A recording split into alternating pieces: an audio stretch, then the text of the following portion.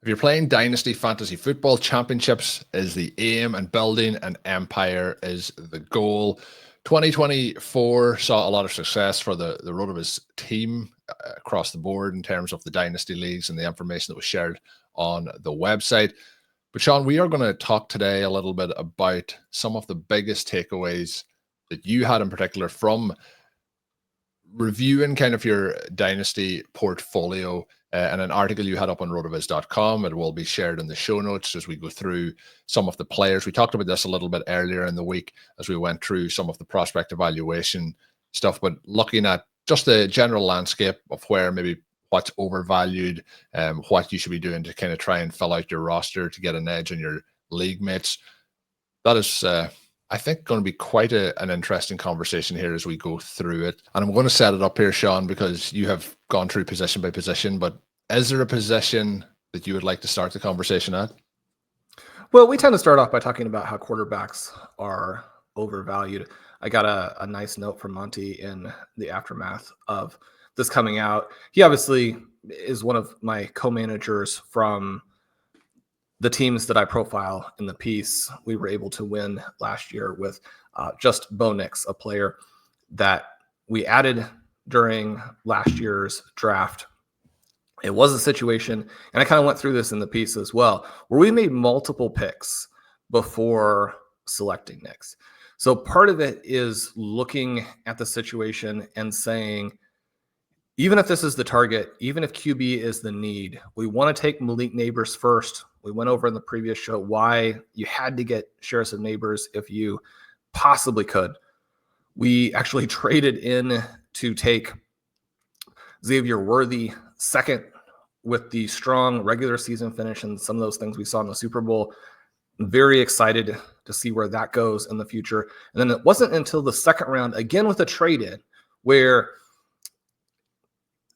one of the biggest takeaways from this piece, and one of the things that I always want to mention to people is like having a lot of stuff matters when you go through and look. And some of the teams for this coming season have like 15 picks or 20 picks in the upcoming draft.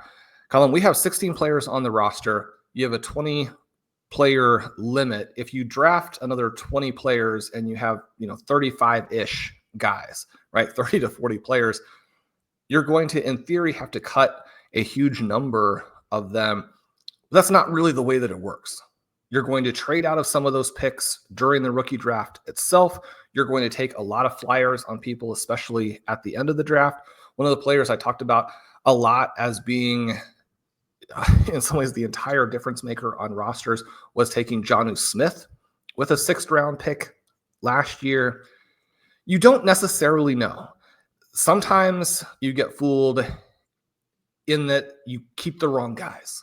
Last year, because we had to cut down another guy, Ben and I traded Bucky Irving for multiple pieces going forward. Those pieces matter. Those pieces are worth more than we paid for Bucky. They're not worth as much as what Bucky is worth now. Yeah. So you can look at that either way, as we either made a huge mistake or we actually got more than he was worth at the time. Right? Both of those things matter. They're both reasonable ways to look at it. But Bjorn and I traded 3 players who were drafted in a similar spot to Bucky for Jameson Williams at the cut down, do a 3-for-1 to get down. And Jameson Williams goes on to now be a hugely valuable dynasty piece and someone who scored for us big in key moments last year. The other 3 players, not worth anything. The only way that you get a lot of these trades done, and the only way that you're able to move in and take guys like a Brock Bowers, because in that particular draft, Bjorn and I actually selected Jaden Daniels. We made a move for, or Jaden Daniels actually went. We made a move for both Jaden Daniels and Joe Burrow with obviously a ton of trade assets going the other direction. And then on top of that, we made a move in to take Brock Bowers, where the prices for both of those things were, I don't want to say exorbitant, because obviously we got a ton back, but they were very, very significant. The only way that you can make those trades is you have a lot of stuff. The only way you can make a lot of these moves, the only way that you can select Malik Neighbors, Xavier Worthy, and then move in for Bo Nix is if you have a lot of stuff and you don't necessarily know ahead of time what stuff you have that your league mate will value or need at that particular moment. You don't know what is going to make the trade even. And having a ton of stuff to work with helps. So we think through all of that. That moves us back to this idea of Nix. And instead of overpaying for one of the other QBs, we get a guy who now looks like he's going to have a fantastic career. And Colm, this fits in with this idea that people are putting too much emphasis on quarterback. It's taking too much of the value of their roster. It is limiting other moves that they can make, and it's not creating the most explosive roster purely from a scoring perspective. So I've written entire articles on this. One of the things that I've emphasized with this in the past that helps you really properly calibrate what you're going to get from a scoring perspective is to pull up the RotoViz range of outcomes tool and see what match players have scored in similar formats. You want to understand your format. We had a great listener question recently describing the format that he was playing in, where it essentially was just a 2 QB format because of the scoring, because of the starting lineup requirements. If you're in that type of format, then QB being overvalued is not the same takeaway, right? But when we're looking at some of these formats where other players are going to score in a similar fashion, and by simply taking players who are less valuable, having more of them and having more flexibility, that's going to give you a better roster, and it's going to give you more paths to the title, which we definitely saw this year. So then if you can pair that with good prospect evaluation, as in the situation with Bo Nix, then you're really off to the races. Monty is probably going to put together a piece or a series of pieces on the site diving into this concept in more detail. So I'll kind of leave it there. But as you think about our teams and you think about how we made the very first pick of our startup at quarterback, we used it on Jaden Daniels. One of the things that I want to mention here, I want to mention for the rest of these pieces as well, is that having the ability to address your individual league and your individual roster and not get caught up in trying to play every roster the exact same way matters. Because if you can land the very top players, especially at any type of discount, those superstar QBs, and I really do think that Jaden Daniels is a player apart, even from guys like Lamar Jackson and Josh Allen, when you think about where he is from an age perspective and how some of these things could age. He looks like a much better passer than those guys, a better pure passer, and that part probably ages better as well. But when we're talking about QBs being undervalued, we are not saying avoid opportunities to get superstars. When we move in then to the other positions, I think the running backs and wide receivers, we could almost like pair a little bit together in terms of, you mentioned in the article that they tend to alternate between overvalued and undervalued based on the specifics of each season. And I think this year, maybe more than other years, we're seeing that in best ball in particular. But it's interesting to look at it this year from the aspect of the running backs who delivered last year, you know, being veterans, and they're the ones that really truly delivered are probably going to, like, they're safe in their roles moving forward. But with the influx of running backs that are about to come in this season, there's kind of a push and pull, I think, between a tug of war, maybe it's the right word, between the running back values. But when we look at running back being, you know, year to year in terms of the position, and the team that we mentioned that won the championship this year had multiple veteran running backs that we wouldn't tend to look to roster, but we did in this particular instance because of the opportunities in that particular league. But then when we look at the wide receiver position and some of the opportunities that show out in terms of the players that you may have in your roster that are some of the best assets to move on, and something that tends to come up a lot in the listener questions is when we see some of the rosters, that second tier of wide receiver that they have on the roster that maybe is peak age or just before their peak, and being opportunities to move some of the hardest players to move because you believe in them having you know, success this season coming potentially. But the question is keeping that perpetual window open and having that not be a case in 2 years down the line that the value is no longer there. With the running backs and the wide receivers, what were some of your biggest takeaways? And I think you're right to pair these two positions together, but also sort of with QB, in that one of the things that I really want to focus on in building dynasty rosters is this idea of, even with perpetual reloading, so even with moving on from a lot of our veterans, we're trying to build a better team, and hopefully a substantially better team, than sort of the best possible redraft team. And that means having a lot of stars. It certainly means having uber backs on the roster. Now, Colm, we know these guys can get hurt. We know they have short careers at times. You think through that sort of previous golden age group where you've got guys like Le'Veon Bell and David Johnson, Ezekiel Elliott, Melvin Gordon, Todd Gurley. And you have this entire group of absolute superstars where, for all of them, the aging was very unfortunate. Didn't hold up in the same way that some of the guys like an Alvin Kamara are holding up currently. And so one of the things we want to think about is that we don't necessarily know what these careers are going to look like.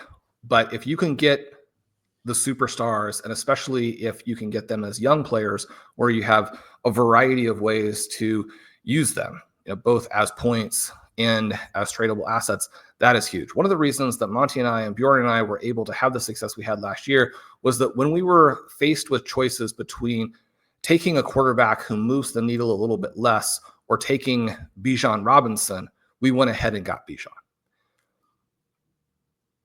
The second thing that we're looking at with running backs is to do the thing that you and I did in the startup once you get a little bit later, is that because running back is essentially just a year-to-year position anyway, if you've got older players or less exciting players who are coming off of good seasons, you're going to get to points in your draft, and this is going to go beyond Dynasty as well, where those guys make a lot of sense. Now, you do still want to have an understanding of whether or not these players are essentially dead zone types of profiles. You get a lot of different discussion of whether or not the dead zone still exists, if it existed last year, that type of thing. I do think that can be a missing the forest for the trees type of question, in that if you don't understand that there are price windows and there are profiles at running back that have a lot more risk than they have potential to score points for you, when you're talking about drafting a redraft team or a best ball team, then you're generally going to lose. But one of the things that we can see with Dynasty is that the prices will get so extraordinarily cheap and the players are still good, right? Just objectively aren't dead zone types of players. You want to add those guys to your roster. And then we also want to constantly be trying to layer in these contingency plays with a lot of upside. A couple of the most obvious names there from last season would be Bucky Irving and Tyrone Tracy. One of the reasons, as we tie it back into like the total amount of stuff, right? The total amount of picks, assets, what have you, as we think about 2025, Colm, players like Bucky Irving and Tyrone Tracy are, it certainly wouldn't be fair to say a dime a dozen. I mean, Bucky Irving, especially, just an extraordinary player. But you think about round 2, round 3, round 4 of your upcoming rookie draft, you're going to be able to take shots at running back profiles that are really exciting and are discounted in part simply because not everybody can go in the first round. Not everybody can go in the second round. And players from other positions, even if the position is somewhat weak, are going to be filtered in there. In part because those guys are going to go in the reality draft. They're going to have NFL snaps. There's a limit to how far players can fall if they're going to be getting NFL snaps, right? So this is a perfect opportunity to take advantage of that. And then one of the reasons that I put running back and wide receiver together here and talk about this alternating element is that when we're thinking about how to fill the flex positions, we really want to think about points and not get caught up so much in the label of the position. For so long, basically a decade, if not more, that meant understanding that you were allowed to play a lot of wide receivers. The receivers were going to score more points for you. They were going to be safer. You wanted to build your roster in such a way that you got enough of those guys. However, one of the things that we are now seeing, and it fits in with this idea of the quarterbacks being overvalued is that there's also an emphasis on that style of receiver that you talked about. The guy, like a Brandon Ayuk, for example. You could even argue someone like a George Pickens, who's a younger version of that. Players who are good but not superstars. Players who will bring back big returns without crushing the lineup that you can actually start and the points that you can actually get in your flex positions. Those are the guys to move because they bring back a lot for you and you don't necessarily have to have them. You're not moving off of a Brandon Ayuk or a George Pickens and costing yourself the next Malik Neighbors or costing yourself one of these guys like a Liam, a Jefferson, a Chase, where those are players that, similar to what we've talked about with a Christian McCaffrey, you could at least make the argument that you just want to ride them to zero. Now, once they get 28, 29, 30, if you're getting huge trade packages, then yeah, move off of them. But you want to build a roster such that you're perpetually reloading without really ever moving your absolute superstars. And one of the things that stood out to me I thought was quite interesting was in terms of the young breakout wide receivers being, great trade down targets. So like moving back to pick them up and startup drafts. But you mentioned that those same general profiles are quite risky. So we're coming up to the rookie drafts now. But, if you're setting up your startup draft and you're moving back and that you're able to acquire more picks and then also get yourself the young player that you would like to have on the roster and build your roster maybe around some of the veteran talent that you're able to pick up, but also have those on board. But depending on how your roster's already set up, you mentioned them being a little bit more risky in those profiles to overemphasize them in your rookie drafts. Do you want to expand on that a little bit for the listeners? I thought it was something that we don't necessarily like.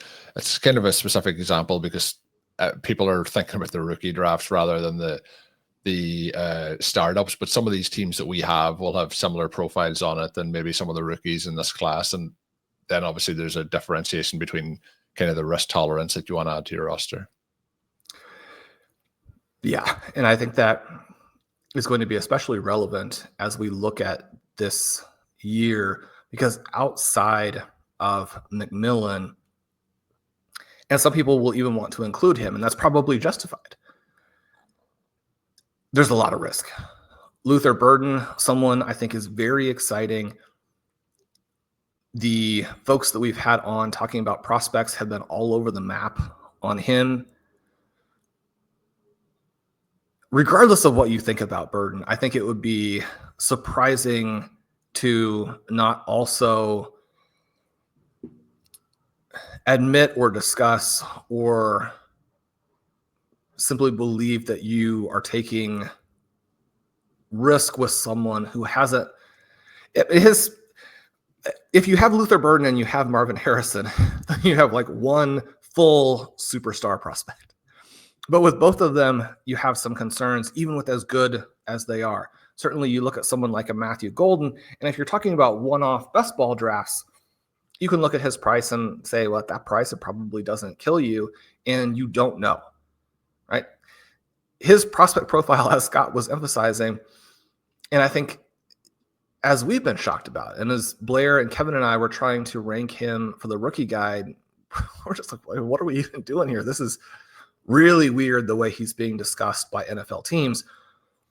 But we know there's an extraordinarily wide range of outcomes with a player like that. If they're that fast and they're drafted that early, who are you to tell someone that they're going to go out there and fail, that they can't take that opportunity? Again, the opportunity is going to be significant. Whoever drafts him is going to force targets on him. That player is going to fail. But when we're looking at almost all of these wide receiver profiles in this draft, especially, you got some risk. And you think about, well, what does that mean? Well, you look at Jameson Williams, someone who was drafted early and has elite speed, big time production in that breakout season. We know there was risk with him. You look at someone like a Jordan Addison, who was just a wildly undervalued prospect and has hit now. We haven't met a bunch of teams at this point. We're excited about that. But even going forward, there's plenty of risk with him. You look at Jackson Smith and Jigba, who had a production profile that was absolutely insane. The contrast between JSN and Emeka Egbuka, for example, I mean, they're not even remotely similar players from a production standpoint. If you're going to put Egbuka in the first round, then JSN should have been like the number 1 overall pick. I mean, both of those things are probably not the right way to look at it. He had a terrible first season, and you're coming through in year 2, and you know that there is plenty of risk there. And these are profiles that are very, very good compared to a lot of others. You look at Treylon Burks, and there's someone there where a lot of the things in his profile were extremely exciting. Yeah, that's somebody we did rookie. We took him in our rookie draft a couple of seasons back, in a trade that took a long time to work out for anyone, Shawn, but we ended up selecting him. We then traded him for a pick that we selected Quentin Johnson with, and yeah, that way we've had to move on from him. So that pick has been cursed. But yeah, the profile was good. The player wasn't. And I think now, anytime that someone fails, and again, we're occasionally guilty of this a little bit with Marvin Harrison, even though Marvin Harrison is still likely to emerge as a very solid, if not strong, NFL player. But you look at the nitpicks or the red flags when someone fails and say, oh, well, this was the thing that everybody should have known. This was the thing that destroyed their profile. That's not really the way that it works. If you're going to be honest with yourself and you're going to move through the draft properly, you have to understand the risk, but also be willing to select and add some of these guys to the roster column. If you're doing it in the right way at the right prices and enough volume so that you can overcome your mistakes. Monty and I, we're chatting about some of the receivers that we drafted, both Burks and Sky Moore at certain points. That team is coming off of the title. It is absolutely loaded at all of the positions. You can overcome those big misses if your overall strategy works, and then you relentlessly execute the tactics that make it come to fruition. One of the other things you mentioned, and it's very simple, it's one bullet point. It doesn't need any explanations after it. But I think if you're a long-time RotoViz subscriber or RotoViz OT listener, you'll know the faith that we put in the elite tight end position. I do think that is still something that is, people either don't believe in or is taking a long time for people to start truly cashing in on it. It's the same. I think, like, if we look across the landscape in general, in best ball, and even with how the best ball season went last year with some of the guys that were going at the top, I still think that people are skeptical of elite tight end profiles. But you mentioned that elite tight ends crush leagues, and I think that, like, when you have these guys in your lineup or you're going up against them, I don't think there's really any argument at this point with the ability that they have to, in tight end premium, but also in regular formats, to kind of almost give you an additional player on your roster versus what your opponents would have. I don't really think that, maybe we should, I'll let you expand on it, but I just think that that's my feeling. If Shawn graciously avoids social media, but I still feel like, Bigfoot or Sasquatch and, elite tight ends kind of fall into the same category for people like that we're all conspiracy theorists when we're talking about it. Yeah, it's one of those tactical points where I think it's blatantly obvious. At the same time, you don't want to act like there are no drawbacks or that it can't fail. As you were kind of discussing all of that, one of the teams that there's drawbacks and it can fail. Like if you traded for Kyle Pitts after his rookie season, like it has fit. Like there's definitely, but I think what gets highlighted is the things that fail rather than like the things that succeed.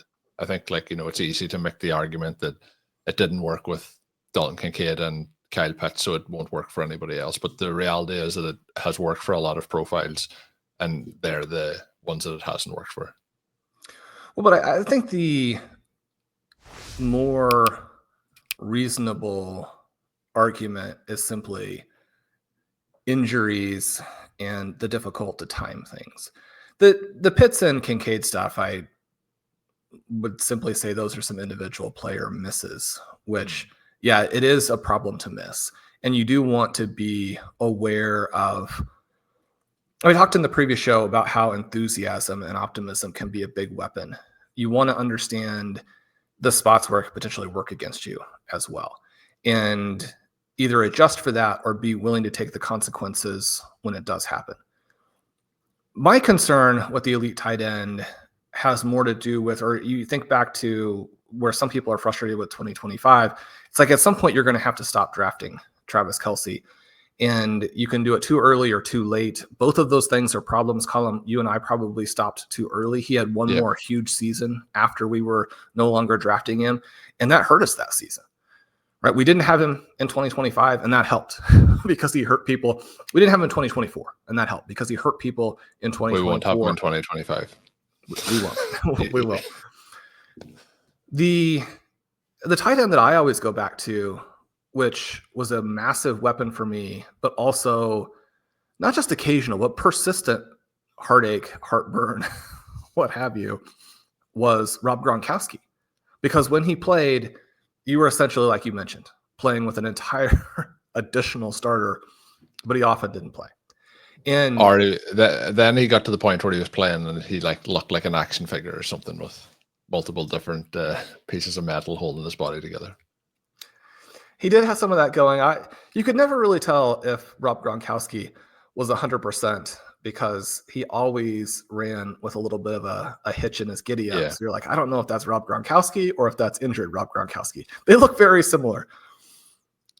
The team that I always kind of think back to, because it was one of the ones that I wrote about in the original Zero RB article, was this draft.